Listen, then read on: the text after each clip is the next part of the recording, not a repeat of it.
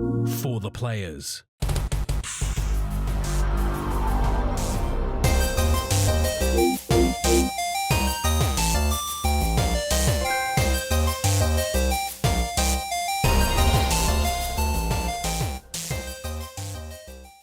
I'm Ryan Betson. I'm Max Cooper. And this is For the Players, the pop culturist PlayStation podcast with over 40 years of playing PlayStation and like 10, 15 years in that game's media combined. I'd like to thank you for joining us in this PlayStation conversation. This PlayStation conversation happens every Tuesday morning at 8 a.m. on podcast services, including Apple Podcasts and Spotify, and 9 a.m. on those YouTubes. If you'd like to take part in future conversations with us, you can come check out our socials, Facebook, Discord, Instagram, X. Those links can be found in the description below. If you want to join the conversation as it happens, head over to twitch.tv/thepopculturist. We want us to record this show live where you can jump in the chat and become part of the show. If you want to support the show, you can. Tell your friends, tell your family about this PlayStation pod. If you are listening to us on podcast services, be sure to give us a 5-star rating and a written review. If you watch us on YouTube, be sure to like, subscribe, comment below. I endeavor to answer every single comment. And if you want to support us financially, you can at patreon.com/thepopculturists. Man, it's a big week in Betson Town. That's not fucking happening anytime soon. Sorry, I got distracted. The Marathon Cryo archive map is now available. Oh, cool. It's their end game map. Oh, wow. But entry requirement is unlock all faction and reach level 25. No. Nah. Nah, not yet. But it is big week in Betson Town, Max Cooper, in that I think we talked about it in the past. So I mentioned that Phoebe and I, we've been trying to have a child for a window of time, and we had some unsuccessful some things happened last year, over the last couple of years. And then we went into the IVF route. Well, this week is the week. So Phoebe has been stabbing herself with like all kinds of bullshit all week leading up to now. And then we go in at sometime later this week to extract the eggs, and I've got to pound it into a cup. I like how I made her sound so much more like high-end and prestigious and monumental, because it is comparatively. She has to get fucking day surgery. I just got to, jerk it. It's just another Tuesday for you. Yeah, it would be. That's the other thing. What made me laugh is because you have to save yourself. Well, that's the thing. We're in now. Don't touch Willy time. Please do not touch Willy. The old Simpsons joke, which you like peeing hands free now, just in case. Look, I'm not gonna lie. You're just gonna sit down wee for the rest of the week until we're nothing. It's gonna be tough. But it's shorts because of the slight breezel. It's no shorts. So that is this week. It is very funny. The don't touch Willy thing made me giggle like for way longer than it should have when I thought of it. But it's exciting times. Exciting times. So we'll find out. Thank you. We'll find out in a couple of weeks whether it's all, good, bad, or otherwise. But we're certainly hoping for good news. Good luck. Thank you, Mute. Much appreciated. Should be cool. Should be very, very cool. Because one day we'll hope to welcome another person into our house. But you welcomed a new little thing into your house this week. Not a baby. Just put it out there. After the previous conversation, not a baby. Yeah, we have a Kevin now. Yeah, not a baby. He's a Kevin. So Kevin. Yeah, so we adopted a little kitten for the kids. So far so good. We got him I went and picked him up Friday morning while one child was at school and the other child was at his grandparents' house. So they came home to kitten. Ollie is okay-ish about it. Ollie's not a morning person, and Kevin likes to have cuddles in the morning, and Ollie's just like, fuck off. He was kicking him off the couch and being a real asshole. Ollie also throws a lot of shit at him, but like trying to play with him. So because he hasn't worked out. He'll throw a ball with the bell in it, but instead of throwing it like past him or near him, he'll fucking peg it at the poor kitten. Yeah. So the kitten took a fucking squishmallow to the bod the other day and was just lying there underneath this fucking soft plushie. And because we've got floorboards in our house, we got one of those fucking ribbon cat toys. Ollie will like flail it in his face until he grabs it, and then we'll just instantly like yank it away, so the kitten just goes fucking sliding across the floor. And how is Kevin with being flicked? He's fine when he's had enough. He jumps through the baby gate, and then Ollie's stuck and can't get through. Oh, good, they worked out the gate. Perfect. Then he goes and hides under Ollie's bed. Yeah. So I still love you, Ollie, but I'm in your room, but I just need my time. So Hadley's really good with him though. Hadley's like, I'm like, if he needs to chill, like if he walks away from you, just leave him, like let him be. If he wants to play, he will come over. He's a bit of a biter. He's a toe biter. If you don't pay attention, I fucking kicked him last night because he scared the shit out of me because I was sitting at my desk and I keep forgetting we have a pet in the house now. Yeah. So something brushed up against my leg and made me shit my pants. So I like reflexively fucking kicked out, and poor Kevin just like fucking copped it. Is all right? Yeah, he climbed up the back of the desk and came up through underneath the monitors. I'm like, yes, approach me that way. Yeah, Kevin, feel free. You can sit anywhere on the desk, not under the desk. On the desk is fine. Yeah, no, it's been good. The kids are having fun. So, and yeah, the cat is graciously not skittish and will kind of put up with their bullshit. That's good, which is nice. No, but the thing that popped us that made us chuckle is he looks like a little Charlie, like our little ginger cat. Oh, our little ginger cat is chunky as hell, and he's like 11 years old. But so when I showed the picture to Phoebe, she's like, "Oh my god, it's little Charlie," because he's 12 now. 12 now. Either way, he's an old cat. But yeah, so no, it's cool because having a cat is awesome. Like, I talk a lot on here and in general about my son's love and affection for Charlie. His computer is he's wrapped in stickers of Charlie. It's Charlie everything. So I do hope that Kevin, which is also such a dope name, and it came with it, but Kevin was the name that it came with. And like I was talking to one of my friends the other night. He's like, "Did you name him Kevin after the Minion?" I'm like, "Yeah, sure, fuck it." No, that kind of makes sense. Gross. No, I hate that. Minions. Your kid does love Minion though, but Minions are poo. And then in the chat, Reverend Puck he brought in the Reddit thread r/one orange brain cell, and that is true, and that is fucking correct. I can see the moment where Charlie goes, and whatever's left of his consciousness goes into like another cat somewhere, and then they get to think about something for a while because Charlie just goes, whoa, and it just goes complete fucking vacant face, and then chaos ensues for the next like 45 minutes. So yeah, I do hope that like Kevin and Charlie get to share some brain cell for a while. That'd be nice. But yeah, though having a pet in the house is really cool, and like you've had your little budgie. Yeah, so Kevin found him yesterday. Yeah, he climbed up the clothes horse and sits and just stares at the fucking bird in the cage. Yeah, and Jerry's okay with this? And Jerry just mugs him off. He's like, "You can't fucking get to me, buddy." Oh, okay, good. So Jerry's not like freaking out, not like panicking or anything. No. And what about Allie? Because I know I assume Jez and Kev are fine. Jez and Kev. Jez and Kev. The most Aussie fucking names. Kevin Jerry. You've just created a cartoon in your house, Kevin Jerry. Yeah, it's not Tom and Jerry. It's Kevin Jez. Yeah, Kevin Jez. What about your lovely wife, Ellie? I assume she was a part of the planning, but is she pro Jerry? Not pro Jerry, pro Kevin. She's not pro Jerry much. No, I think she's never been pro Jerry. Yeah, she's pro Kevin. Everyone's pro Kevin.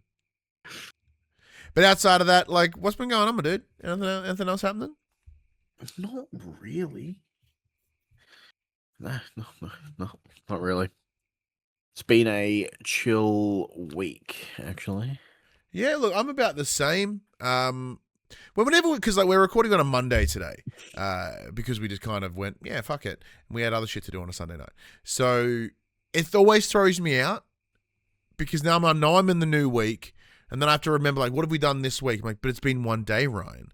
Like, yes, Ryan, think back more than fucking 24 hours.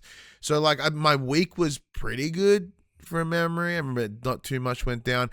Saturday, though, I did get to do a wrestling show at a literal Renaissance fair place.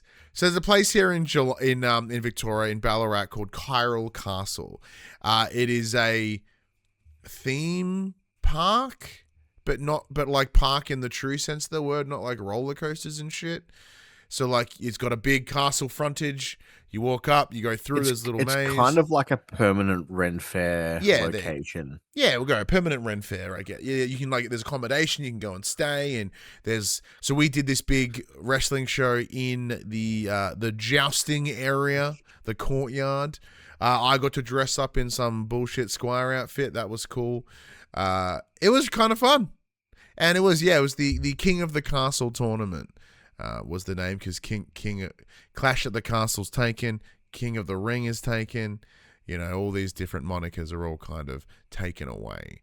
But and that was fun. Just another little silly thing to put, on my hat, in my quiver, which is themed appropriately.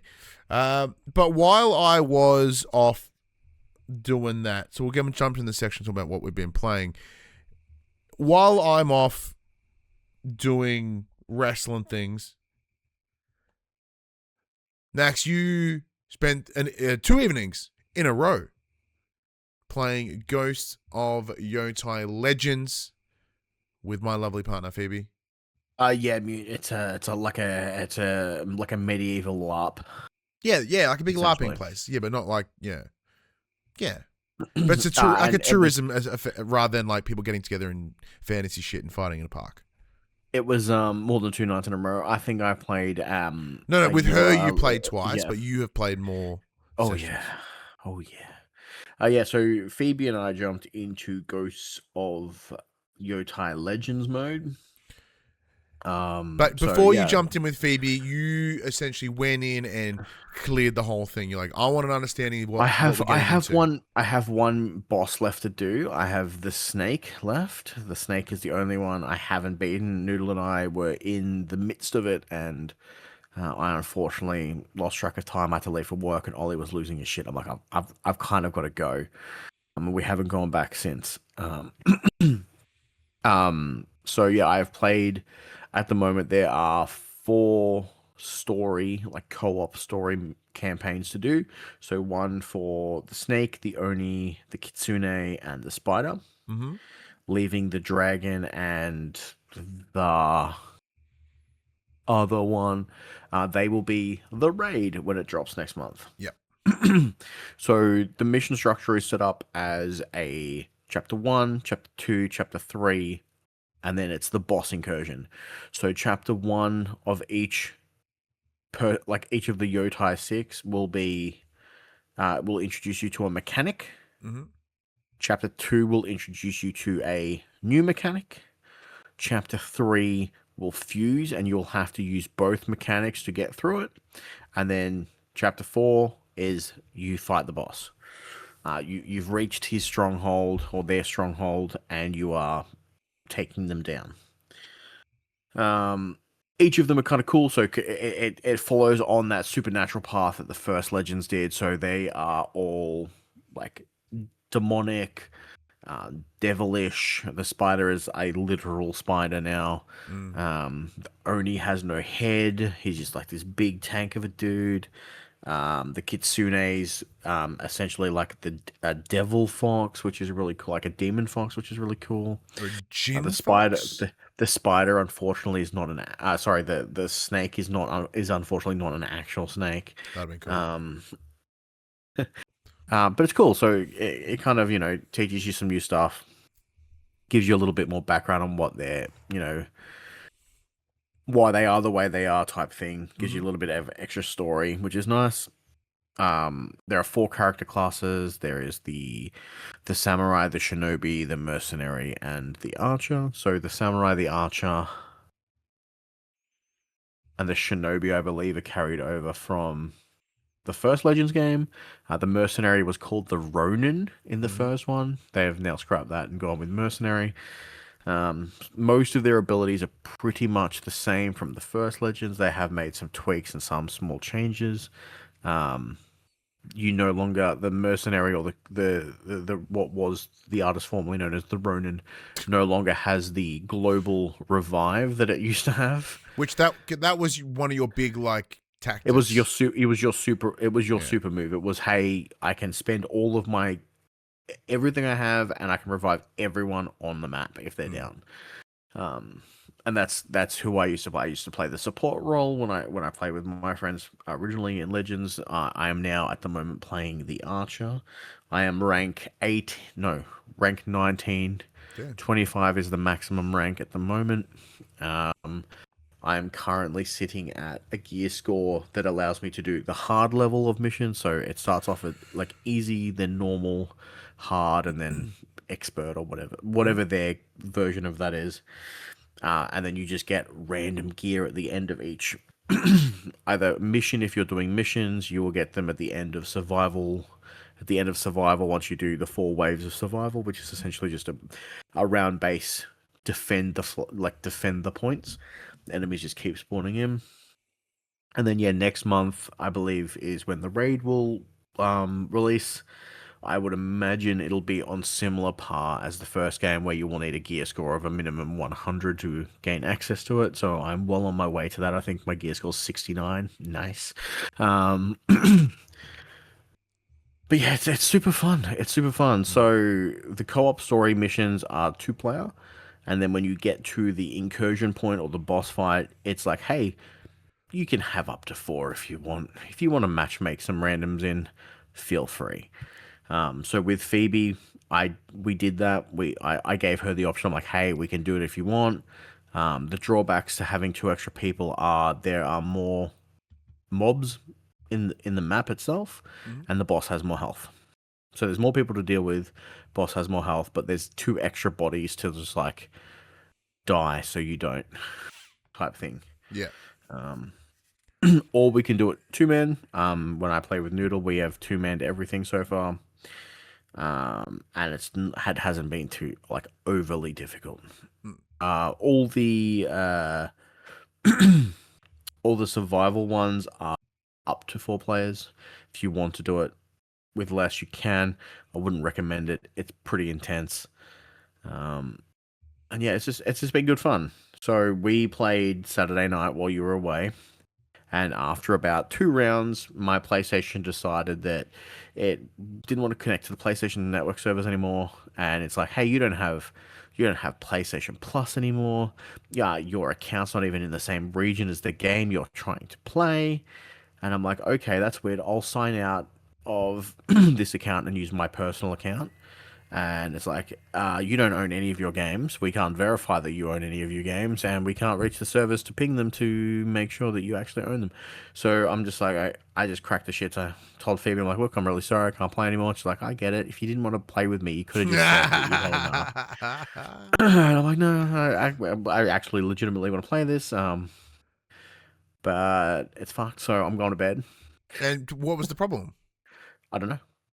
I literally got a message saying something went wrong. I'm like, yes, something has gone wrong. Yeah, quite. And then I turned it off, and then the next day it worked perfectly fine with no issues.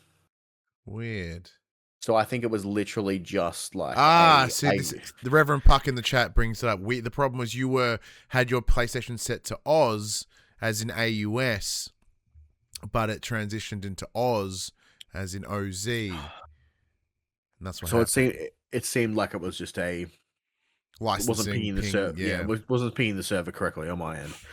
Because I'm like, I have PlayStation Plus till Christmas of this year. Yeah. Like, there's no way it's expired. Like, this is bullshit. And then it was working the next day. So it must have just been having some server issues, which is fine. But it's solid. I'm really hoping that I'm assuming that the raid will probably incorporate a lot of like all the mechanics that the co-op story has so far. Mm. Yeah, that has been interesting. So watch it because I obviously didn't watch Saturday night because I was off at working the wrestling show. But Sunday night, I was so I was thinking about it on my phone, but I was also watching as you went, and there were some really cool like traversal mechanics I saw. Like you're like yeeting yourself with almost like a portal-esque teleporter. Yeah, so one of the Kitsune missions allows you to teleport to certain locations, so you use the power of the fox to warp yourself, which is really cool. And like I said to Phoebe, I'm like, it plays very differently to the single player mode. Yeah. Like, it's a lot more fast paced. I'm like, don't feel bad if you go down. Like, it's not an issue. She died a lot. Oh, which is to be expected because like I'm watching her. Like, it's just and I'm like, this shit's going everywhere. Like there's fucking always people. And like it's really hard to remember because you have access to a lot of the abilities. It's like, oh yeah, I can still change weapons. Like I still have 3 of the 4 weapon types that I can swap into. Like, and you often forget about doing that, or it's like, hey, I forgot that my character has a character skill that I can just spam over and over and over again. Or ammo is a big one for online multiplayer. So Phoebe's playing an archer because she's like, I kind of want to just sit back, play a bit safe. I'll use range. I'm like, that's fine, but heads up, ammo is a really scarce resource in multiplayer.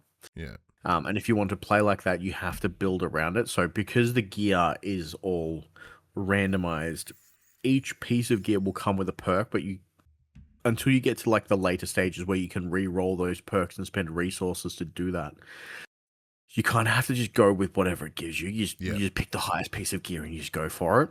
But I'm getting to that point now where I'm like, I'm re-rolling my gear to try and find that perfect stat. So at the moment, I'm focusing, like, even though I'm playing an archer, I'm focusing on perfect parry damage, heal on perfect parry. So that way, when they do get up in your business, increase perfect parry window, like all that stuff. Whereas Phoebe will want a lot of pieces of gear that is like essentially like a scavenger perk, where it's like using this will give you ammo, using this will give you ammo. Enemies have a chance to drop ammo on death. Like at rank 20 as an archer, you have I think it's like a 60% chance to have your ammo refunded if you land a headshot. Ooh, it really builds into it, but you got to find those right pieces of gear, unfortunately, to get to that. But yeah, it's good fun. Like it's all and it's a fucking free update. Like, so I was gonna say, comparing it to Tsushima, which you did spend quite a substantial amount of time in because you enjoyed it so much. Do you see you just doing the same here? I have a feeling that once I've run the raid, I probably won't stick around. But if anyone's like, hey, I'm thinking about doing the raid, I'll be like, okay, I'm there. Yeah, okay. Much like I did with Ghost of Tsushima Legends. Like a couple of my friends bought it. I think it was at the back end of last year, and they're like, hey, we're going to do the raid. Do you want to come? I'm like, I will come and Sherpa you. Yeah. I'm like, I won't give away any of the mechanics or anything, but I'll just come and I'll play the support role, I'll play the healer, and that's what I do. Nice. Are there any negatives? Not at the moment. They've added this cool little. I don't think I mentioned it last week when I was talking about it either. They've added this cool little hub area before missions. So in the original Legends, it was all just menus until you spawned into the mission.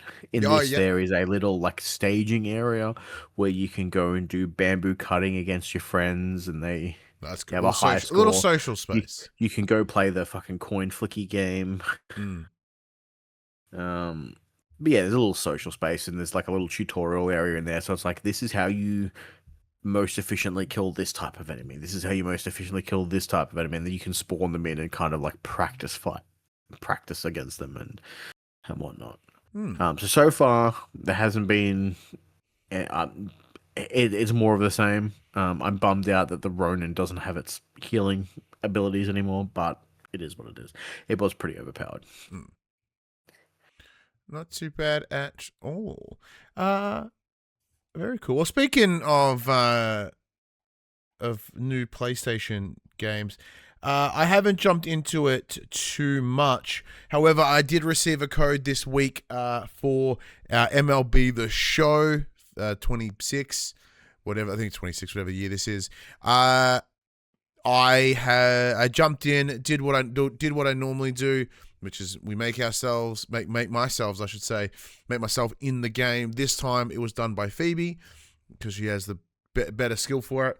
Because like the fun part for me, and I've done this for as long as I've played the show, how closely can I get it to look like me, and then consistently look like me? I was gonna say, do they not have the NBA thing where you can scan your face with the app? You can. They do have the face look. It is connected through to the app, which I did because I didn't ask for a code this year. I didn't expect it, so I deleted the app off my phone. I'm like, I've not used it in a little while. I'll delete it, and then shit, you know, like the next day the code came in. I was like, oh, I appreciate it, PlayStation Australia, but I did not ask, and thank you because I was actually really quite keen to go back to it. So yeah, it's like that. Apart from wrestling, it's the one annualized game that you kind of really get. Yeah, that's very true. WWE is like my big annualized game, but that my love of wrestling stems in the last what year are we? 26. We just 8 years, I get. Well, shit, that's a really long time.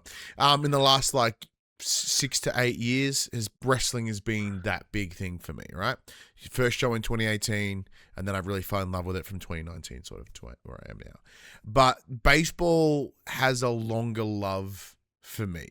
So, like, baseball came into my life when I was working at McDonald's while I was studying at university. So, like, was that 2000? We graduated 2007, so 08. 09, probably 2010. So the last 16 years, I guess. And like, granted, I've not been watching as much since I've moved to Geelong, so it's like 10ish years. But yeah, it started when I was working overnight at McDonald's.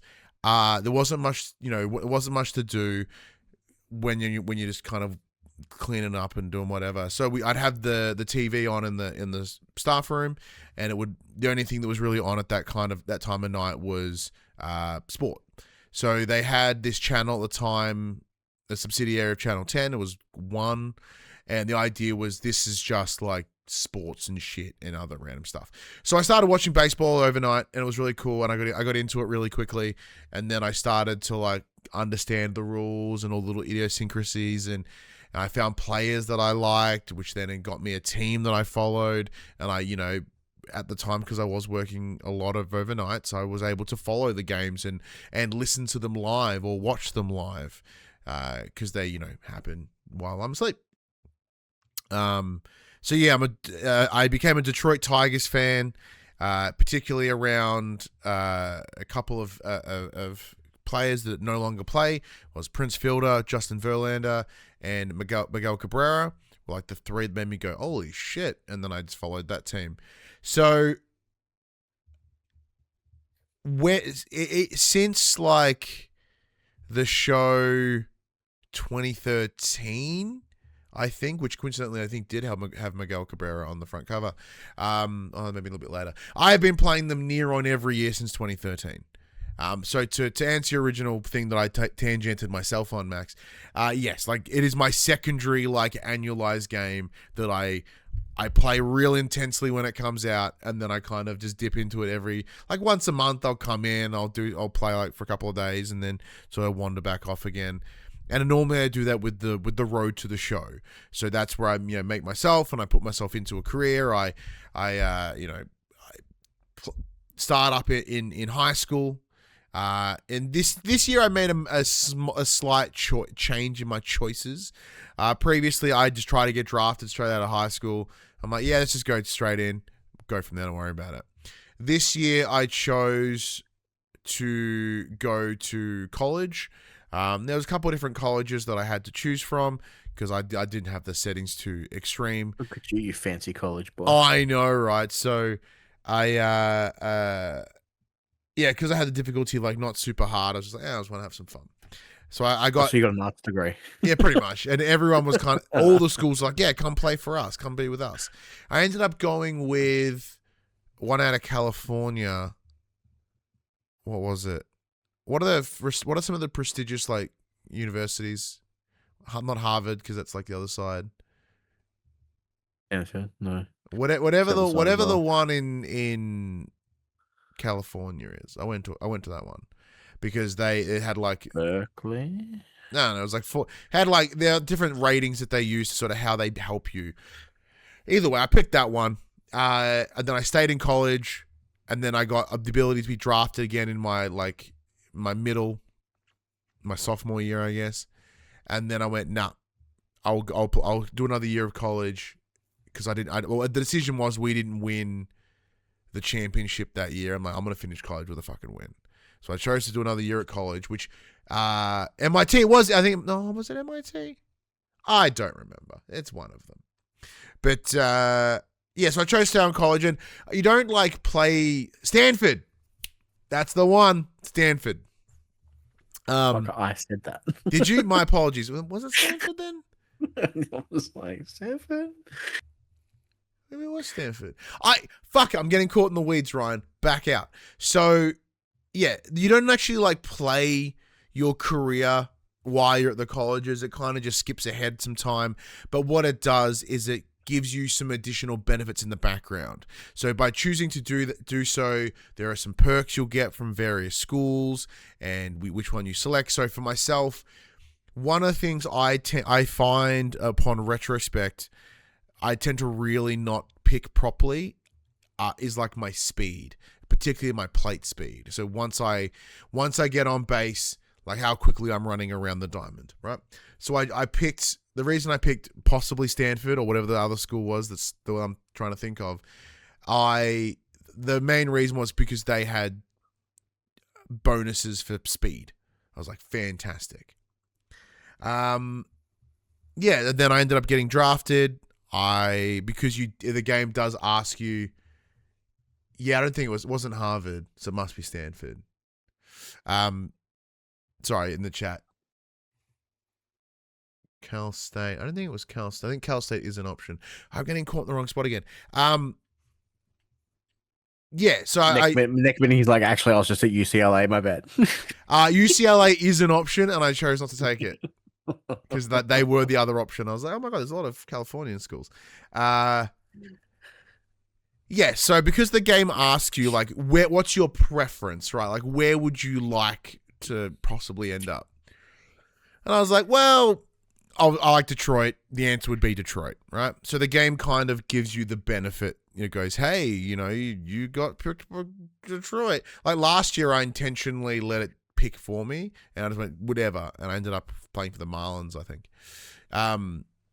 So yeah, I'm down in the Triple A's with the Erie Seawolves. Doing an okay there. I'm still a shortstop, so I'm in that position between third and second base. Mostly because I find it's the one that's the most interesting, like, gameplay. The game has visually, it's interesting. There are some times where it looks immaculate. Like, dear God, that's awesome. And then you look at some players, especially a lot of players in the Triple A's and the Double A's and the minor leagues. Like when it zooms in on Shuhei Ohtani, it's just like schmick as, and then everyone else looks like arsehole. Exactly, looking like utter garbos, right? And then those top players, fantastic. But the arenas are the same too. Like, it's really bizarre. So the gravel that the diamond's on, it looks kind of like a really flat and boring texture. But if you go into the free cam and you zoom in, you realize that it's very highly detailed, same as the grass. So it kind of looks less poly until you zoom in, and then you realize it looks really fucking good. You're like, that's... So it kind of like throws you off a little bit, or at least threw me off. But yeah, no, it plays the same in like the best way. I have not taken a look at all the other sides, like their story modes, etc. There is the Negro League has returned for the 4th year in a row, which is cool. The Diamond Dynasty is still there. I haven't jumped into that one either. Just because I know the card stuff normally gets my attention, and I wanted to really get into it last year, and I kind of didn't. Outside of just collecting the cards and building my collection, but not actually playing in the game. Very similar to WWE with my faction, which I learned the beginnings of, and then I quickly phase away. But similar to that, as I punch the microphone, we're discussing about the top people get the best treatment and so on. Wrestling is the exact same. WWE is the exact same. Those of like higher value, like your Seth Rollins, Roman Reigns, CM Punks, etc., like they look fantastic. Everyone else doesn't. But one thing that is cool that I hadn't really done until this year was we also did the beginnings of a Road to the Show with Phoebe as the playable character, because you can create a female, although there is not like a dedicated women's major league teams and or whatever. Unlike like here in Australia we have the WAFL. That doesn't exist per se. So it just kind of becomes like intergendered teams. You can really tell that they've spent many years building the character creator to be around men, because every option was, dear God, a very masculine woman. But I'm sure with some additional tweaking you can get there. It's just very...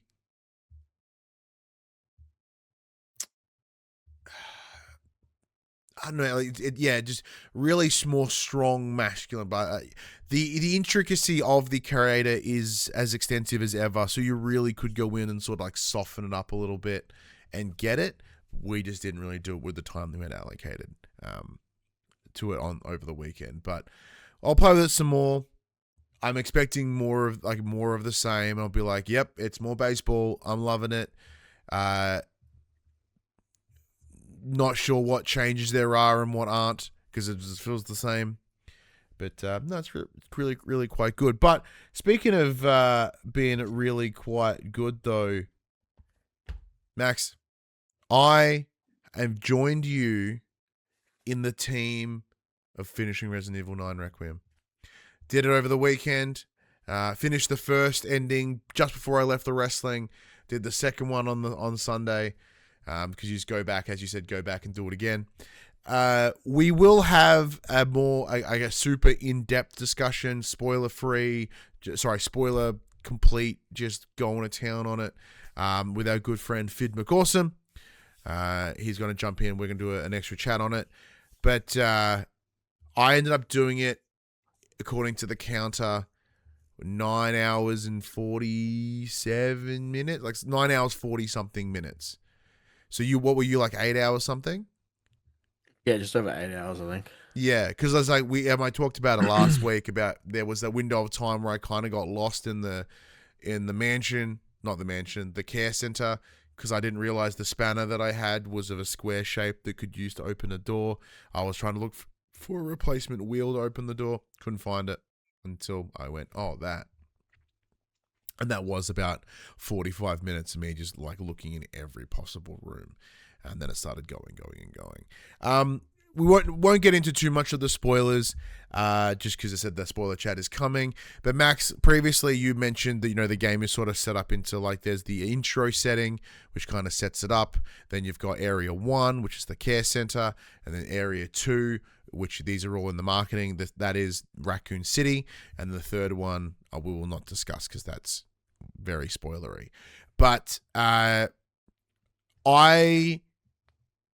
to continue and to build on what I was mentioning last week, the ability to play between the two characters and in the two different types, this is, in terms of capturing all the ways to play that it looks at the past and goes, we are all of these things.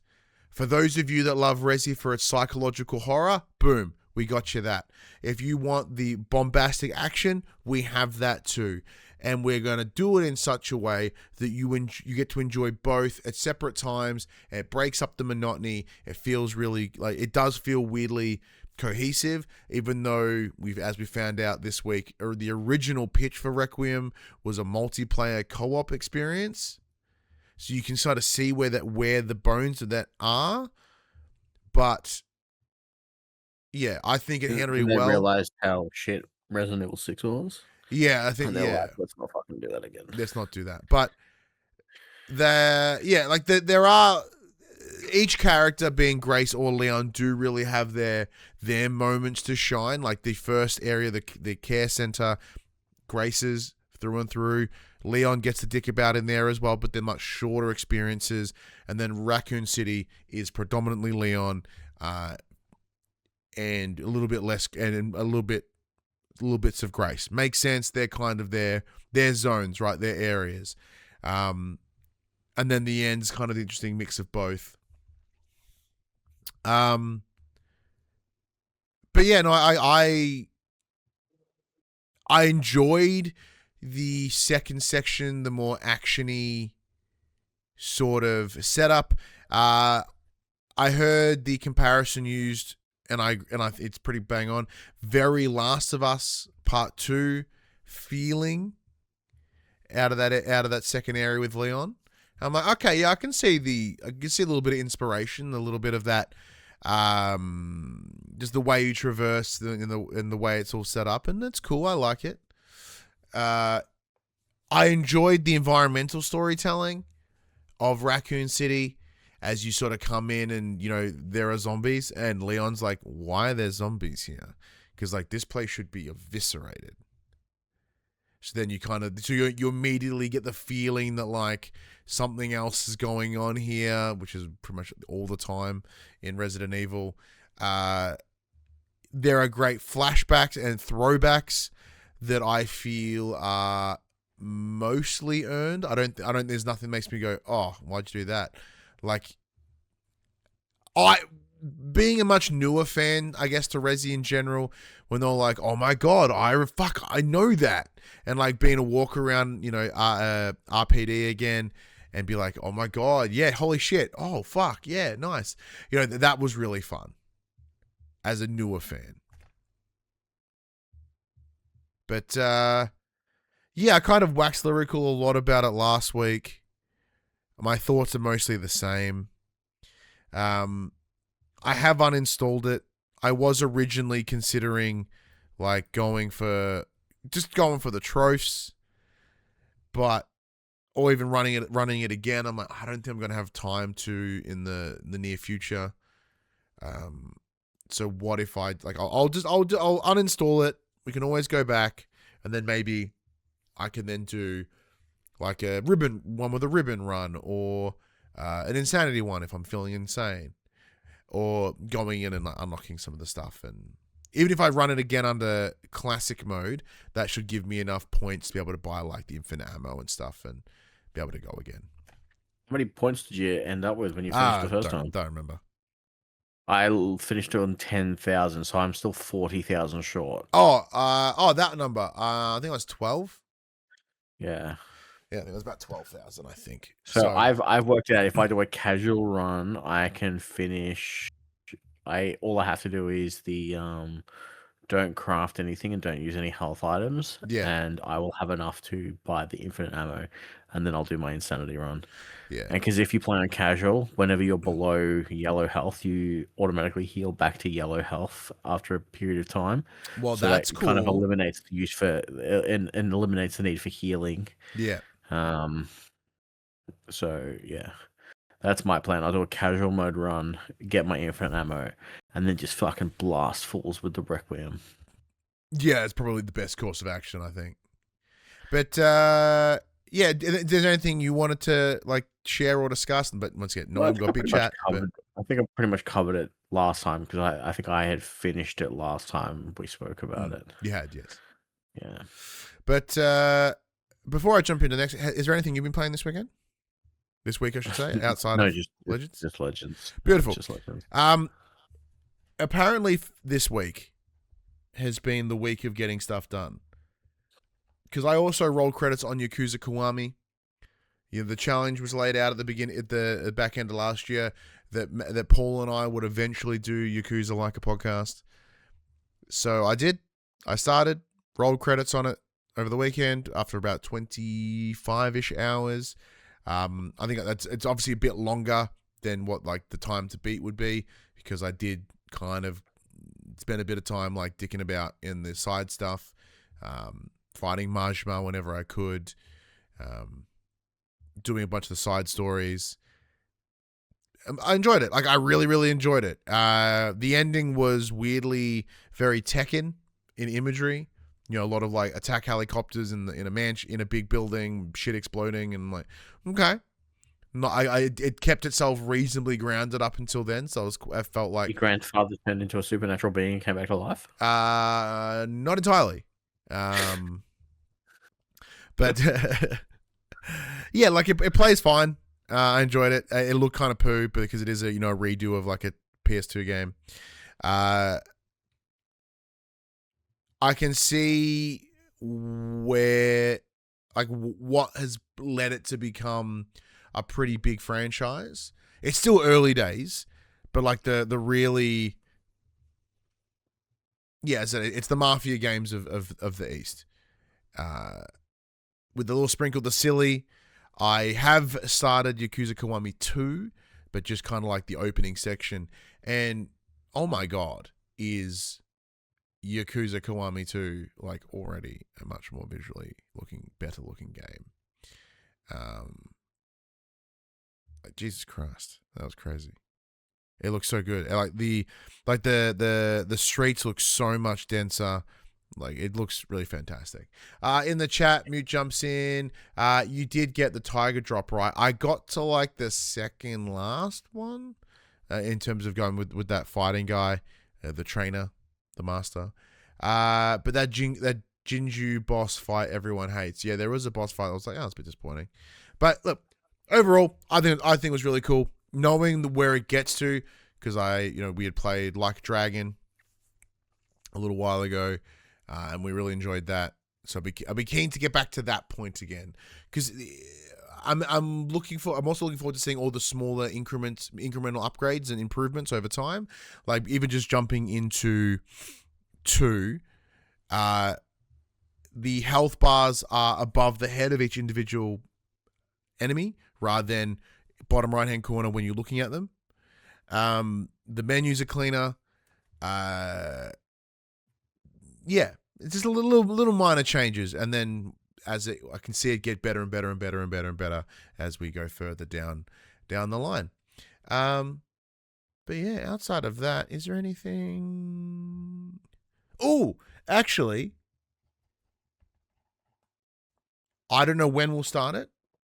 Maybe it'll be the next big game for Phoebe and I to really dive into. But my good friend Will Walker, professional wrestler, we gave him a lift home after the show on Saturday, and we were just chatting about what games we've been playing, etc. He goes, "Oh yeah, well, I ended up picking up Clair Obscur, Expedition 33. Didn't really enjoy it. Just kind of sitting at home, and with it winning Game of the Year last year, and you giving it so much love, I was like, well, maybe I should eventually pick it up." Hadn't really seen it at a price that I was like, I was like, I felt there was too much risk for me to like spend money on it. So I have borrowed it from my mate Will, which will allow me to dive in and really give it the time it likely deserves, because I'm not being like, I spent too much money on this thing I don't like. But Max, you've played it, you finished it, you loved it. Do you think it will be a Betson game? Do you think it might just get its hooks in me somehow? Maybe. Maybe. What are some things I should keep an eye out for things that would, as you know my game appreciation? This is my advice to you. because I want you to finish the game. The story is 100% worth seeing through. Mm-hmm. That Play it on helps. play it on the easiest difficulty, and use the accessibility options for the parry Okay. and the block. Okay. Just do it. It'll make combat trivial, but you will then get to play the story as if it's an interactive movie, essentially. And I What think if you're I more were to likely. make the difficulty higher but still did the accessibility? Would that make it That'll less? be fun. Okay. All it does is it essentially makes the bosses more of a fucking like a health sponge. Because, like, granted, I played, Yakuza on easy and I didn't hate it. Like, it did make the combat kind of trivial. But, like, I enjoyed that. Granted, like Yakuza's an action game, not a turn-based game. Yeah, that's what I'm saying. But, I mean, like, so in hindsight, I'm like, okay, if the combat's really good, which for, like, Yakuza, it's kind of fine. But for Claire, I think it's pretty well respected. Yeah, I mean, the thing is, I adore turn-based games. Like, I grew up playing like early Final Fantasies, like Final Fantasy X is a big one, and that's probably the best comparison to this. And it's just like, sorry, Mute's put in the chat. Daredevil's in it. Yeah, yes, the guy who plays Matt Mercer in Charlie Cox. He plays Gustav.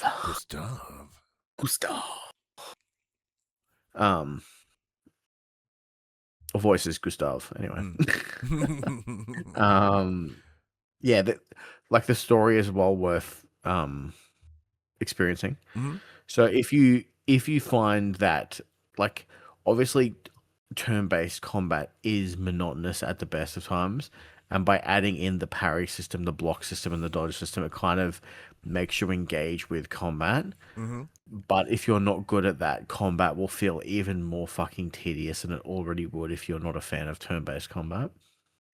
See, I don't hate turn-based combat, so that part's not a concern. But if there's any sort of like roadblock like that, I'm gonna immediately hate it. So, okay, can you change difficulty at any time? You can turn the accessibility options on at any given time. So if you start, like, you can. No, because I'm gonna do the accessibility options because that sounds fucked. The parry and bullshit, I don't have time for that. But yeah, parry and the block, I'm happy to increase that. But then I don't recall. I tend to not change my difficulties mid playthrough. So I honestly don't know. But if it would make it then playable for Phoebe as well. I say that like she hasn't fucking smashed 2 Point Museum to like no end. Yeah. The other thing that got me all moist in the groin area was the fact that it's got like build crafting essentially. Yeah. Because of the way the combat system works and how your equipment and stuff works, I kind of fell deep into like what is the best way that I can grift this. And like at one point for like the earlier mid game, it was literally me. My combat was automatic. I would walk in, 2 of my characters would explode and kill all the enemies, and my last guy would automatically revive them. And then the combat was over. And then I'd go to the next combat, and they would explode again. I'd revive them, and then I'd just keep going. I never had to push a button. I like just automated my combat to farm and grind. It's pretty cool. Like, you know, it's one of those things of like, it allows you to dive deep into it if that's what you want. But if you're just wanting to experience the story, chuck it on easy. Turn all the accessibility options on, and just enjoy it. Enjoy it as just view it as like an interactive movie. Okay, we might go that because every once in a while you're doing some combat, because realistically you can, like, it's just essentially it would just be a grab, but you can beat any enemy with no gear as long as you can parry. Like, it'll take a while, but you can beat everything at level 1 if you wanted to. Okay. Like, health is not an issue if you can land those parries. You've reconvinced me. The answer is easy. Yeah. I think they might, like, because I do believe that, yeah, what will excite me about this game is the story. I'm sure I'll enjoy all the other little accoutrements and whatever, but yeah, it's probably the story that will be the thing that has me most intrigued and most wanting to really jump into it. So, okay. Easy with accessibilities. Is there anything else that I have been playing? I don't believe so. As I said, you most certainly had not. No. Quick check. Nope. Because you haven't returned to Marathon or anything yet either, have you? No, I haven't been playing any. Like I said, Yotei launched on the 10th. I've been playing nothing but that. I've been dabbling with, like, I'm still playing Pokemon Fire Red. I'm like 20 hours deep into that, and I have 3 gym badges because I keep just getting sidetracked and doing other shit. And Well, just so grinding we and don't farming. get further sidetracked ourselves, let's get in the section we call Inform the Players. We tell you about what happened this week in PlayStation. Not a whole lot. Pretty Not a quiet whole lot. week again. So I will start with number 5, the PS Plus editions. So new PlayStation Plus releases include Warhammer 40k Space Marine 2, Persona 5 Royal, Blasphemous 2, and you will also get MLB The Show 26 when it launches on March 17th, alongside a few other titles. That's pretty rad. MLB being part of your PS Pluses, pretty sweet. That makes sense because it's been a fucking Games Pass game for ages. Well, Space Marine 2, you and I had a blast with. I never finished it. I don't think you did, but you got further than I did. I got further, but yeah, it's great fun. Solid multiplayer game. Persona 5 Royale, one of the greatest JRPGs of all time. I have had Persona 5 3 Royal in my wish list for years. I enjoyed the standard one, and I've wanted to go back and play it again. But I know the Royal changes things. I was like, well, maybe if I'll just get the Royal one. It's on cheap. And as of yet, for whatever reason, I've never found a price that I was happy with. But yeah, like I'll bump up my PS Plus for like 2 months, and then why not go in there, tinker with it, put you on a clock, and you're more likely to. Because I did really enjoy Persona 5. I gave a lot of shit, but I did also really enjoy it. And then I remember playing it again in 2020, and I had my character. His name was Greg B. Smashing, and because that was the goal. The goal I wanted, like, see how many people he can try smash in the game. Didn't smash anyone by the end, so I didn't quite get far enough in the game before I got distracted and sort of wandered off. But yeah, I thought the Royal would add the changes that I want to see, because it's kind of like their, speaking of Pokemon, it's kind of like their yellow version to their blue and red. It's like the same game but a little bit jazzed. They're like Persona 4 Golden before it. Blasphemous 2 I never played. Sure, why not? But one game that many of y'all may be interested to have checked out, maybe you will now. Starfield PS5 release appears to be inevitable, with a recent statement hinting that Starfield's PlayStation 5 release is, quote, practically inevitable, end quote. The highly anticipated space RPG could finally be making its way to Sony's platform after years of exclusivity debates. And of course, this would mark a significant shift as Xbox exclusivity deals continue to face scrutiny and could even change. The expected is April, I think, is kind of the rumor mill window for Starfield. Now, I did play it for a window of time on the PC at launch. We'll kindly provide a review code. I had some, like, my issues with it are that it didn't make me stick to it. And a lot of the complaints you hear about, like the menus and this and that, and it's not it felt forward for a Bethesda game, but also backwards for a Bethesda game. So I didn't really dive into it too hard. I don't remember whether you checked it out, Max. Yeah, played it. I games past it. That's right. And not my jam. No. No. Yeah, it was a real shame, because I know there was a lot of expectation going into it, but I was really hoping for a bit more flying of my ship for one, but that really didn't happen. But yeah, April looks to be the expected time. So be curious, because it will come with the Crimson Skies, Shattered Space. whatever the DLC is, it probably would likely come with that, like some sort of Game of the Year or collection definitive edition or something like that will likely be in the future. And the size of space is pretty expansive. It's pretty massive. But one thing that's looking to be pretty massive is a particular game that you're excited for, Max. Yeah, so Crimson Desert is launching this week. So one of 2026 most ambitious titles, Crimson Desert, launches this week. The open-world action-adventure from Pearl Abyss has generated considerable hype and debate about whether it'll be a masterpiece or will it be a disappointment. PS5 Pro early analysis has called it a, quote, phenomenal experience. Physical copies require a mandatory update for full playability, which is great. I don't know why more games don't do this to avoid early leaks. Seems crazy. I have been following this game for the better part of what feels like about 5 years. Yeah. The whole time I'm like, this isn't coming out. This looks too good to be fucking true. I guess I will find out this week if that is the case. Well, so this is Digital the thing. Digital Foundry got pretty much full access to it. They got a PC code and they got a PlayStation 5 Pro with the game pre-installed on it. My understanding is there has been a bit of backlash this week because they announced that de novo DRM is going to be running.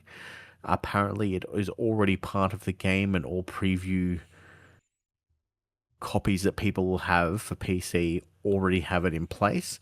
So what their experiencing is what it's going to be anyway. So for those that are unaware, de novo is the copyright protection, piracy protection, I should say, is the word I wanted, for PC games. However, it is commonly has a pretty nasty impact on the performance. It's very resource hungry, yeah. Yeah. So to have it be catered for in all the preview coverage is kind of rad. But what I was going to say, with Digital Foundry, they put some pretty strong praise onto this game.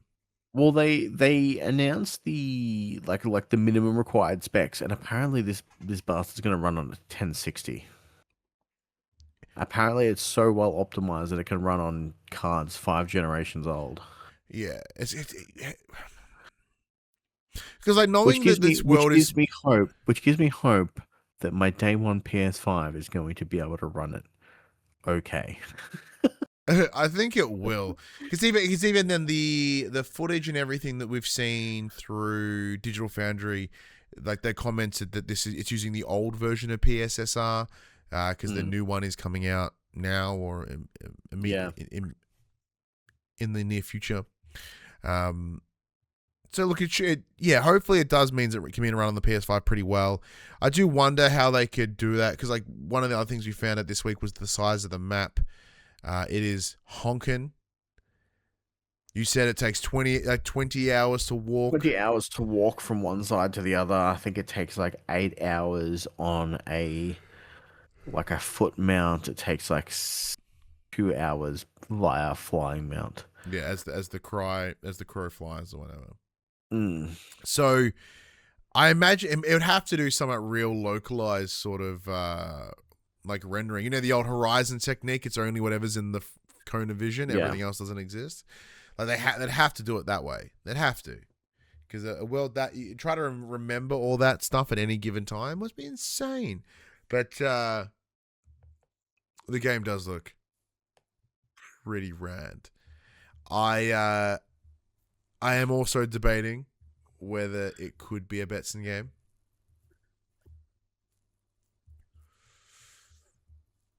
Like, I don't know. It does seem too massive that I'm confident that even if I do jump into it, that I won't finish it. Yeah, knowing how easily you get sidetracked by shit, you're just going to be like, oh, what's that over there? And it's going to take you 3 hours to walk over there. And then you're like, that wasn't worth it. Well, because one of the things they talked about in the preview is comparing it to, they have not felt this level of awe and wonder exploring a world since like Red Dead 2. And I'm like, oh no, I spent so much time not doing what I was supposed to and just exploring the world of Red Dead 2. That's a little dangerous for me.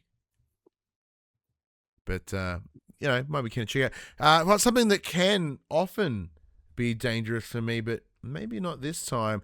New DualSense controllers. Sony has finally released the Hyperpop collection of DualSenses. And the plates as well.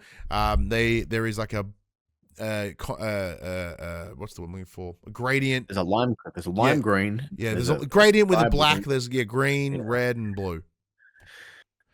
I want the green one. You did ask me earlier, which is hilarious considering how much I hate the fucking marathon lime green that's everywhere. Well, that's because screen and physically in front of you are two very different things.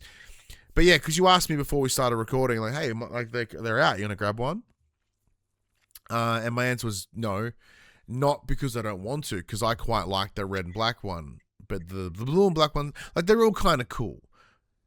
But being the avid controller collector that you are, yeah, the decision was made to only buy controllers that connect to a game, like rather than just, oh, I like that controller.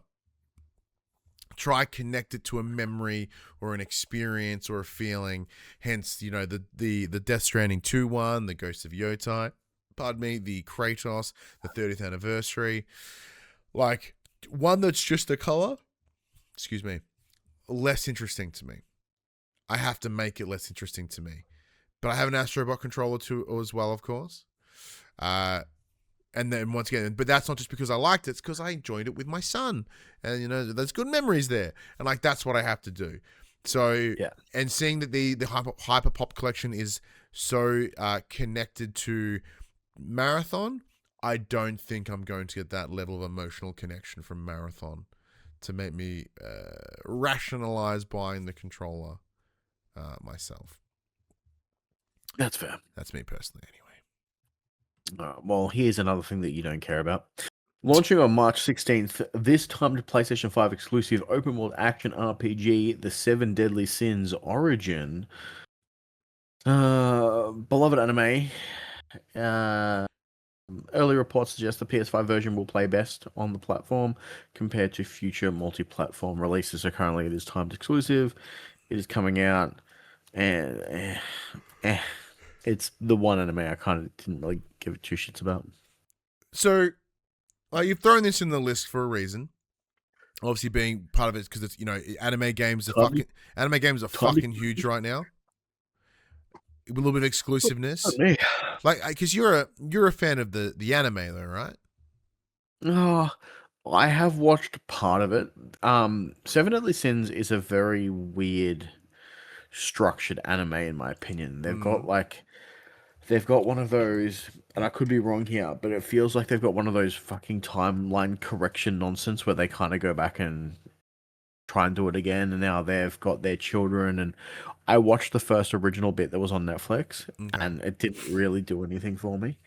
And I have not continued with all its other spin-offs and the Boruto to the Naruto and and all that jazz. Or like when Dragon Ball GT went, hey, we're just gonna do a whole thing that's not fucking canon at all. Who gives a shit? We're doing it for the lols. Yeah, but I felt like they didn't tell that till later. Trying to make sense of it at the time, or it was also they're like, hey, remember that one time we turned Goku into a kid? We're gonna do it again. Dragon Ball Z Daima. Yeah. But everyone's a kid now. I know it's confusing sometimes. But it's interesting because it does demonstrate, Sony's continued commitment to, obviously a Japanese brand, right? But they're still happy to support those things, knowing full well that anime games don't ever really come to Microsoft. They tried in the past, but to no major success. The Switch is great, and everyone loves the Switch, but it is noticeably less powerful. So like if you wanted to make it, a bit of a honker, but even then you'd put it on the PlayStation. But even then with Sony's ownership of was it Funimation and Crunchyroll and all that, like it just makes sense. It's where the people are at. Let's see. Speaking of them weeby style games. Oh, hang on. There we go. Following disappointing sales of timed exclusives like Final Fantasy 16 and Final Fantasy 7 Rebirth, Square Enix is choosing to shift away from PlayStation first strategies. The publisher is now skipping the PS5 with some titles entirely, signaling a major industry trend change. What games are being skipped, dude? This is Bravely Default Flying Fairy HD. So I believe it launched on. It was a Switch 2 launch title. It is now available on Xbox. It's just apparently not on PlayStation. It does seem to be some beef. Let's put it out there. I think there's beef. Which is a shame. Because, like, you know, I know that, like, I understand there's a bit of backlash. But when they, I can't remember the exact numbers, but I remember when they did finally release Final Fantasy 16 on Xbox, it sold like 60,000 copies or something. So it's like barely negligible. Like, I would argue that, yeah, they should maybe step away from PlayStation exclusives and, like, you know, do Switch. Because, like, Switch is the second biggest space for JRPGs. Just launch your shit everywhere. Or that too, I suppose. But if, like, the reason people make these deals is because cash, right? Yeah, of course. Because money. And PlayStation were willing to invest that money, and they would have seen a good return. But I guess, I don't know, no return is big enough, I guess. Mm-hmm. I don't know. What's your thoughts? You're more attuned to the Final Fantasy things. It's. I mean, for the longest time, PlayStation and Square have had what appears to be like a pretty good partnership, and it makes sense for Square to now kind of hit that multi-platform stride. I mean, everyone's doing it these days, apart from PlayStation. Realistically, Nintendo, I don't really count because they have always done their own shit, will always do their own shit, and can get away with it. But in the bigger market, like, realistically, they kind of do have to release this stuff everywhere, if they want to even stand a chance. Because despite the fact that the console wars have probably been dead for quite some time now, people who buy and play on their certain box do kind of still have that, like, brand loyalty and will always stick with them. Like, it's now too late to change. I can't back out now. So yeah, it's just one of those things. But all right, we probably skipped that other news piece because we did touch upon it. Yeah, so I'm gonna go straight to quick bits from here because that last one doesn't need to be spoken about. We already covered Ghost of Yotei pretty well. So quick bits: Intergalactic's alleged new website update has stirred up some hype, but it's being downplayed as not a significant reveal at all. Some people thought it was going to be like this big ARG. Apparently, it's just not. PSVR 2 continues to face challenges. Vertigo Games is releasing the 7th Guest remake as a standard PS5 title without VR. Yeah. It is like we got a review code through Keymailer this week. It's a drum VR game. Like, there's already a game I played on VR called Drums Rock, and it's fine. But the problem that I had with it is that kick, you couldn't do kick drums, right? Because you can't match your leg. Yeah. In the trailer for this one, I think it's called Drums Rule or something. They had kick, and I was like, "Ooh, hang on," because even just playing the kick even if you just pinch the controller or something, it would feel more realistic than trying to hit a tom as your floor, as your kick. I haven't jumped into it yet because I've got to then play VR, but I didn't expect to get accepted so quickly. But even, like, our VR sit there, like, the last 2 times I brought it over to yours for its, court mandated parental shared time, you'd even look at it. Like most people, I played some Demio and that was about it. Yeah, so, like, it has lost its luster. Like, I'm glad they went back for a second time. And, I was excited by it, but it's very interesting how quickly gamers defaulted back to just the standard way of playing. Like, cause like It's almost like we don't like Vives having and shit on that face. yeah, like everyone stepped away from VR. Like we thought it was going to be the future. Like Apple did their eyeglass or whatever the fuck, and The Vision Pro is pretty that's the fucking one. cool though. Oh, it is. It was a I'll really give cool it that. piece of tech, but it was expensive, and I think the love for VR or That's the issue. If you want to play good VR, you kind of have to go all in, and going all in is really expensive because room scale is kind of where it's at. Mm. Silent Hill 2 Remake has attracted 5 million players through sales and subscriptions combined. Brad. Remedy Entertainment is updating Alan Wake 2 and Control Ultimate Edition for PS5 Pro's advanced upscaling capabilities. I've reinstalled Control after the state of play earlier in the year. Imagine doing the maze with that beautiful PS5 Pro honkiness. And Alan Wake is still not uninstalled. It's still installed on the PlayStation because I would like to finish it. Maybe that's it. Maybe that's what I do. Maybe that's when I finally get this PS5 Pro that I talk about each and every week. This mythical PS5 Pro, and then I play some games on it that are no different. And I forget, but I one day. Europe's PEGI organization is implementing stricter age restrictions on modern gaming mechanics. A bit more info on that. I actually didn't look too deep into it. I just was like, "Oh, that seems interesting." It's interesting that it they kind of follows on with like Australia's age rating thing, because a lot of us are going to be blocked out of playing fucking GTA Online. We're gonna have to verify our age to play GTA Online. Yeah, no one's been able to watch porno for 2 weeks too. It's brutal. Oh, dude, having the hub and all its like affiliates blocked, it's just been like, that's just crazy. Everyone's complaining about it. It's fucking hilarious. Inconvenient. OnlyFans, I imagine, has skyrocketed. OnlyFans. Everyone's rather than give over their ID, they're like, I'll just pay some person, I guess. No, everyone's going to that Reddit. Oh yeah, because I guess Reddit, like Tumblr, years before it, full of porno. Just hitting up that 4chan. Ooh, 4chan porno. But it's interesting when they're going around mechanics. So my assumption, maybe they're gonna follow Australia and be like, any drug use in video games are like a big no. Either that or like microtransactions or AI or like, I think that's kind of where they're going. Probably gonna be like a loot box nonsense thing. Yeah. PS6's rumored portable device could be in players' hands as early as 2027. You know what? Maybe I won't get a PS5 Pro because I also want to buy that.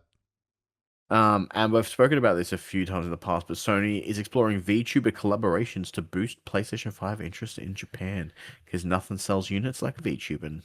Well, I know it's a much more Eastern thing, but I don't understand and or watch VTubers and get it. So like for me, well, the thing is, it wouldn't sell me on it. I mean, a lot of the YouTube or like streamers that I watch, I put on as background noise and tend to not actually watch the stream but just listen. So they could be VTubers I'd never know. I don't think they are, but like I would never know. Yeah, I go. Should we VTube? Should we virtualize ourselves? Corner another niche. We just have a second we just run this through an AI and then it makes us into anime people and then whatever. We can do the VTube. We can furry ourselves up. No, let's just make ourselves into fucking toasty peanuts or whatever. That seems to be the new thing, the new hotness. What is that? What is that? Haven't you seen it? There's this fucking. I'm old. I don't know. There's this Twitch guy. His name's Burnt Peanut or something. He got nominated for like best streamer or whatever at the Game Awards, and it's literally just a peanut with like a shitty fucking. It looks like one of those crappy filters that you would get on like the fucking what was it? The angry orange. Actually, orange? No, they do it better. The annoying orange was done better. You know when you do like a Facebook video call with someone and there's those filters and it just does your eyes and mouth? Yep, it's exactly that on a peanut with a parasol hat and a lollipop. Sometimes it has a cowboy hat. Well, that's a different one. I don't know. So maybe the success of that. I And look, it doesn't help that in the world of AI, you can just VTube and have them look like a real person. But I don't give a flying fuck about the games that are being played. If I'm watching a Twitch streamer, I'm watching it because of the person. And, you know, because this is what I hope people do with us, right? Because anyone can get their fucking gaming news. And because the hub shut down and you need to get some bikini and bathtub. Yeah. I want real titty on my Twitch streams. I don't want no fake titty. No, but you gotta get a kick for that. Yeah, true. No, but for me, it's the people, right? It's why, like, in all the layouts we've ever done, is like I balance it, but you know, there's nothing overlaying each other. It's all clean. So if you want to watch the game, you can watch the game. If you want to watch the person, you watch the person, and it doesn't cover each other, right? But I don't know. I think it's just one of those other signs that I'm getting old. I'm old. I saw a thing today. What was it? Hang on. Let me just break all faux pas and look at my phone real quick. Shit, open the wrong one. What was it? Burnt peanut. Please tell me I took the fucking screenshot on this phone and not my other phone. Looks like it was my other phone. It was basically like, you know, 1954 is closer to 1990 than what 2026 is to 2000. I'm just like, oh my God, I'm so old. Oh. It's like people now can check if you're overage real quick, because if your birth year starts with a 1, they're like, yeah, you're fucking old. You don't even need to check any other number. It's like, oh, no, I can see that 1. You're good. Well, yeah, like the fact that I've now lived... I know I'm old because I have to fucking scroll down for ages to verify my age. I've now lived away from my hometown longer than I lived in it. Because I did 18 years in Traralgon, and it's been 18 years since I left, because I'm 36. Yeah. Like, oh, that hurts. That's right. I did the math the other day. I spent half of my life with my wife. That's dedication. You're going to spend, well, ideally the rest of your life with her as well. So, if I could hope you're enjoying it. But if I could, fingers crossed. Because shit, I can tell you the other side, less fun. Until you find the next person, and that person's rad. Also, first person's still rad, but next person, rad. Speaking of the next thing, which could also be rad, these are some games that are coming out this week. Max has got an extensive list because he's had some fun. On March the 16th, which is today at time of recording, Grind Survivors, not a porno, PS5. Royal Revolt Survivors, weirdly a porno, PS5. Starship Troopers Ultimate Bug War, PS5. Seven Deadly Sins Origin, also PS5. On March 17th, you get Dread Delusion, PS5, PS4, Flying Aces, Legend of the Red Baron, PS5, the standard edition of MLB The Show 26, the deluxe edition is already out and available. Thomas and Friends, Wonders of Sodor, which the trailer for that game is just the opening of the original TV series, but in the game's engine, pun intended. It looks kind of both uncanny and awesome. As mentioned, these are some of the games that are coming to PS Plus Extra. Warhammer 40k, Space Marine 2, Persona 5 Royal, Madden NFL 26, Blasphemous 2, Metal Eden, which we got COVID never even fuck with. The Lords of the Rings Return to Moria, which is the dwarf building sim survival sim, which was kind of rad.